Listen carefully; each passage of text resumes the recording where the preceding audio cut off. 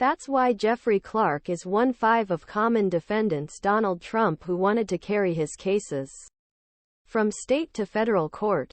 A lawyer for former Deputy Chief Public Prosecutor Jeffrey Clark, who was accused of election tribute charges with Donald Trump in Georgia, said on Monday that case against him should be moved from the state to federal court.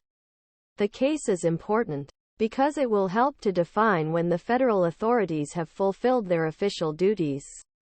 Clark's lawyer Harry Macougald argued that he was a part of the official tasks of his actions. Jones did not set any deadline for the decision to decide in the case. It took about 10 days to decide the case of Meadows, Clark, Trump and Meadows. Fulton District Supreme Court 2020 elections trying to disrupt the results of 41 census indictment.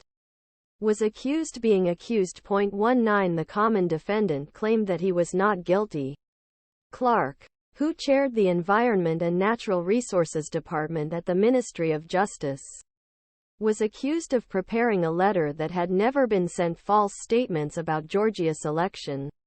Clark, on 28 December 2020, Chief Public Prosecutor Jeffrey Rosen's Governor Brian Kemp and legislative leaders to sign letter to sign letter. Mektup, Georgian province, including province of Georgia in many states that have identified important concerns that may affect the outcome of election.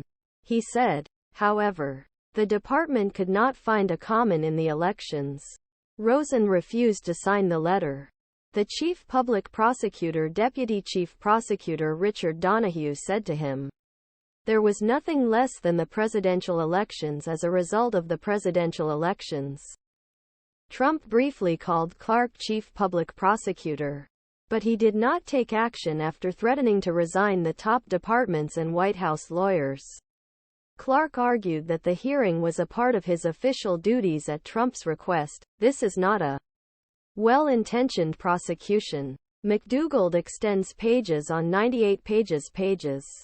However, Jones said he would take Clark's testimony into consideration because prosecutors could not examine him cross. He did make a statement that he should look at the appropriate expertise. This case does not contain federal authority.